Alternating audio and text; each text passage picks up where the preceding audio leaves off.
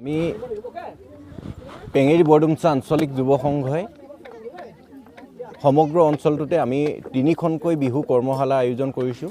যোৱাকালি এখন আমি টেকেৰীত শুভাৰম্ভ কৰিলোঁ। আজি নতালপথাৰ অগ্ৰণী যুৱ সংঘৰ প্ৰাংগণত আমি আজি ইতিমধ্যে শুভাৰম্ভ হৈ গ'ল। বৰডুমচা পেঙেৰি অঞ্চলৰ শিশুসকলে বা নৱপ্ৰজন্মই বিহুক বা অসমীয়াৰ কৃষ্টি সংস্কৃতিক আচলতে বৰ্তমানৰ সময়ত যি ধৰণে আঁকোৱালি লৈছে আমাৰ কাৰণে সমগ্ৰ অসমীয়া জাতিটোৰ কাৰণে এটা সুখবৰ।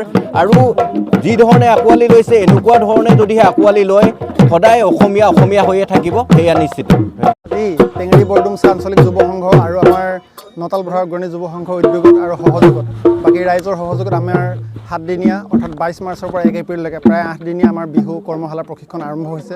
আমাৰ প্ৰশিক্ষক ছাৰসকলে খুব সুন্দৰভাৱে আমাৰ বিহু প্ৰশিক্ষাৰ্থীসকলক নৃত্য আগবঢ়াই গৈ আছে আৰু সকলোৰে শ্ৰেণীৰ মানে ৰাইজৰ পূৰ্ণ সহযোগ আগবঢ়াইছে। আৰু আমি মানে আপোনালোকে পেঙেৰি যুৱ সংঘ আৰু আমাৰ নতালপথাৰ যুৱ সংঘৰ কৰ্মকৰ্তাসকলে যিদৰে বিহুৰ প্ৰতি আমাৰ বিহুৰ বাপতি সাহোন বিহুটোৰ প্ৰতি যি মানে অগ্ৰণী ভূমিকা পালন কৰিছে তাৰ বাবে মই সকলো শ্ৰেণীৰ ৰাইজকে ধন্যবাদ আৰু কৃতজ্ঞতা জ্ঞাপন কৰিছোঁ।